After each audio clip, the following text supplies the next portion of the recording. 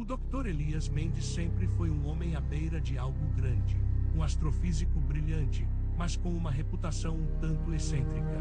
Ele não buscava planetas habitáveis ou novas galáxias, nem a glória acadêmica que a maioria de seus pares almejava. Elias buscava a fratura, a fenda, o ruído branco na sinfonia do universo, que pudesse nos dar uma pista sobre o que realmente se escondia nas entranhas do cosmos. Ele estava cansado do que chamava de a ciência da superfície, aquela que se contentava com o óbvio, com o mensurável, com as migalhas que o universo gentilmente nos jogava. Ele queria o impossível, a verdade crua e nua, não importava o quão aterradora ela pudesse ser.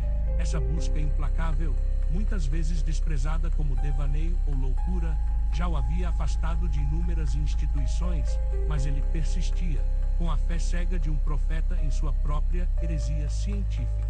Foi por isso que, quando o convite chegou, ele não hesitou. Não era um convite formal, mas um murmúrio desesperado, vindo de cantos esquecidos da comunidade científica. Um antigo observatório de rádio, abandonado há décadas no coração seco do sertão nordestino, havia detectado um sinal anômalo. Não era uma sonda humana, nem um pulsar, nem o eco de alguma explosão estelar conhecida.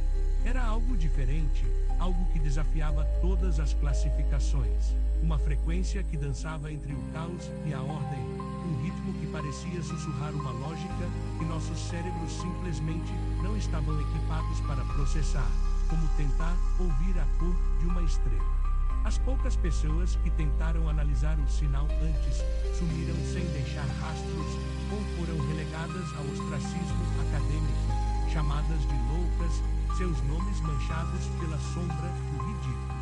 Para Elias, isso era um sinal não de perigo, mas de promessa, perfeito para ele, perfeito para sua busca pelo abismo. A viagem até lá foi um inferno que se estendeu por dias. Dias e noites de poeira fina que impregnava tudo, calor sufocante que queimava a pele e uma solidão desértica que roía a alma, preparando-a para o que viria.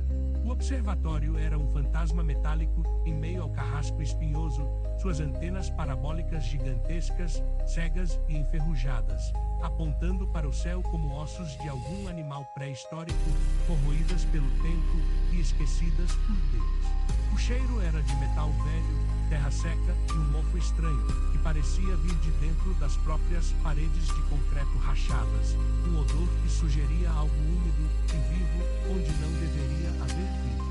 Não havia ninguém lá, apenas o silêncio opressor do vasto sertão, cortado apenas pelo zumbido frenético dos insetos e o uivo distante do vento, que parecia carregar ecos de lamentações antigas. A cada passo, Elias sentia o peso daquele lugar, como se o próprio ar estivesse mais pesado, mais denso, vibrando com uma expectativa ancestral. Elias passou as primeiras semanas sozinho, uma figura solitária contra a imensidão do céu e da terra, tentando reativar os velhos equipamentos que dormiam há tanto tempo. O suor escorria pelo seu rosto, misturando-se à poeira e à sujeira acumulada. Cada parafuso que ele apertava, cada cabo corroído que ele conectava, parecia um ritual antigo de invocação. As máquinas roncavam com um som de protesto e esquecimento, mas aos poucos, com paciência e uma determinação quase insana, elas voltaram à vida, suas luzes fracas piscando no escuro. Quando a primeira antena se moveu, rangendo como um gigante de ferro despertando de um sono milenar, Elias sentiu uma emoção estranha e perturbadora. Não era alegria pela conquista tecnológica. Era uma expectativa sombria, um pressentimento gélido de que ele estava prestes a abrir uma porta que deveria ter permanecido selada, para sempre trancada pelos véus da ignorância. E então ele o ouviu. O sinal, no início, era apenas um chiado errático, uma estática caótica que se recusava a ser organizada. Mas com o tempo, enquanto ele ajustava os filtros e amplificadores com precisão maníaca, a estática começou a se organizar, não em palavras, não em música, mas em padrões. Geometrias complexas que se dobravam sobre si mesmas, sequências numéricas que pareciam desafiar a lógica da física conhecida, como se as próprias leis do universo estivessem sendo reescritas. Era como se o cosmos estivesse nos mostrando um desenho feito por uma mão que não era humana, nem de qualquer coisa que pudéssemos conceber. Um mapa de uma realidade que não se curvava às nossas dimensões. Elias mergulhou de cabeça. Esqueceu as refeições, o sono, o mundo exterior, que se tornou um mero eco distante. A única coisa que importava era o sinal, suas variações sutis, suas pulsações quase imperceptíveis, que agora pareciam sincronizar com as batidas de seu próprio coração.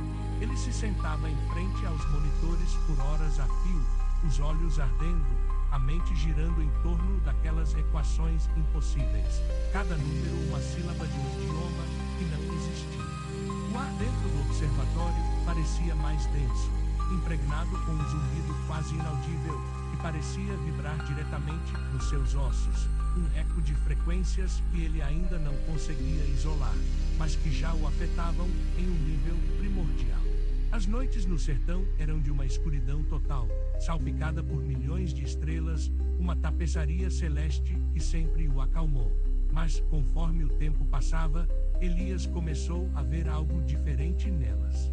Não era só a luz delas, nem a imensidão. Era como se as constelações estivessem se deslocando, não por movimento celestial, mas por uma alteração fundamental na perspectiva. As formas que ele conhecia, os desenhos celestiais que guiavam a humanidade há milênios, pareciam se contorcer, se reorganizar em padrões que ecoavam os que ele via nos gráficos do sinal, como se o firmamento estivesse sendo reescrito diante de seus olhos. Seu estômago revirava em um nó de pavor. Será que era só a privação de sono, a solidão extrema, ou a mente, já à beira do colapso, começando a se moldar à estranha geometria que o sinal lhe impunha? Ele tentava se convencer de que era cansaço, a pressão do ambiente, a falta de contato humano. Mas os sonhos, eram vívidos, opressivamente reais, coloridos de maneiras que não existem no mundo real, com tons de roxo abissal e verde púrpura.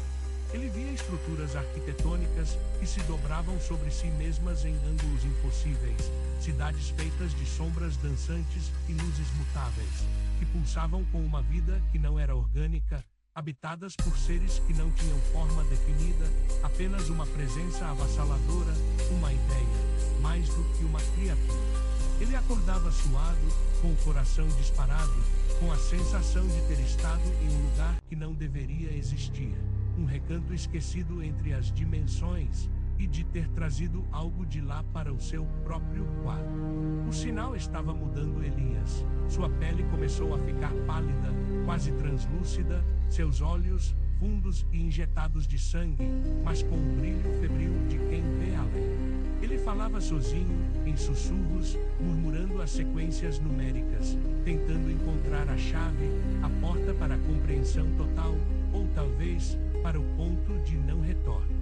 Ele começou a notar pequenas aberrações na realidade ao seu redor, coisas que ninguém mais notaria, mas que para ele eram gritos dissonantes.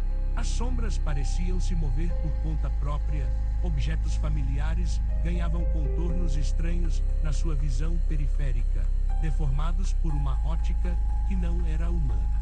Uma xícara de café, de repente, parecia ter um ângulo a mais, uma borda que não deveria estar lá, desafiando a geometria euclidiana. Ele esfregava os olhos com força, mas a sensação persistia, teimosa e aterrorizante, como uma infiltração na própria estrutura da realidade. A linha entre o que era real e o que era percebido se esvaía a cada hora. Houve um dia em que ele encontrou, em um armário empoeirado, quase esquecido, alguns diários antigos. Eram de um dos pesquisadores originais do observatório, um tal de Dr. Almeida. As primeiras páginas eram de anotações científicas comuns, dados sobre ruídos estelares, cálculos astronômicos. Mas à medida que Elias virava as páginas, a caligrafia de Almeida se tornava cada vez mais errática. As as frases mais quebradas, até que se transformaram em rabiscos frenéticos de formas geométricas complexas, misturadas com frases como "eles não olham", "eles são", "a cor de fora do tempo existe e nos cega", e "o som que desfaz a mente". A última entrada era só uma palavra, repetida centenas de vezes, cobrindo a página inteira com tinta borrada: vazio, vazio, vazio. Almeida havia desaparecido da face da terra logo depois, seu destino um mistério, nunca resolvido. A descoberta não assustou Elias tanto quanto deveria. Na verdade, ela o deu um estranho senso de validação, um reconhecimento arrepiante. Ele não estava louco. Almeida também tinha visto, sentido, conhecido. O sinal, ele percebeu com uma clareza gelada, não era uma mensagem, não era uma transmissão direcionada a ninguém, não havia intenção, não havia malícia. Era um vazamento. Uma pequena fresta na realidade, um fiapo de algo imenso, antigo e infinitamente alheio, que estava sempre ali, logo atrás do véu frágil da nossa percepção. Aquelas geometrias impossíveis eram a sua linguagem, a sua forma de ser. Não de um ser com corpo e mente como os nossos, mas de um princípio cósmico, uma verdade fundamental sobre a existência que nos esmaga com sua mera presença, com sua indiferença gelada. Era a própria estrutura do universo, revelando uma rachadura. Ele voltou para os equipamentos, a obsessão consumindo cada fibra do seu ser, cada pensamento, cada batida do coração. O zumbido no ar era agora constante, não um som, mas uma ressonância interna, um coro silencioso de vozes que pareciam não ter cordas vocais, mas que falavam diretamente à sua consciência mais profunda. A tela do monitor pulsava com uma luz estranha, um tom de roxo escuro que não existia nas nossas paletas de cores, uma tonalidade vinda de além do espectro visível. A temperatura da sala caiu abruptamente, e ele podia ver a própria respiração no ar, mesmo no calor opressor do sertão, como se o frio do espaço profundo estivesse se infiltrando ali, congelando não apenas o ambiente, mas a própria alma. Ele sentia que estava se aproximando do limiar, do ponto onde a compreensão se fundiria com a dissolução. Foi então que o sinal atingiu o ápice. As agulhas dos medidores enlouqueceram, girando violentamente para além de suas escalas. As luzes da sala piscaram, depois explodiram em um flash de luz antinatural, e um som que não vinha dos alto-falantes, mas de dentro da sua própria cabeça, e rompeu com a força de 1000 universos em colisão. Não era uma explosão, mas uma nota contínua, uma vibração que parecia desfazer a matéria ao seu redor, dissolvendo-a em pó estelar. As paredes do observatório pareceram respirar, as rachaduras se alargando e se fechando em um movimento orgânico, como feridas em um organismo gigante, pulsando com uma dor que não era humana. Elias viu, não com os olhos, mas com cada célula do seu ser. Ele não viu um monstro, não uma criatura de carne e osso. Não viu olhos, nem tentáculos, nem garras no sentido terrestre.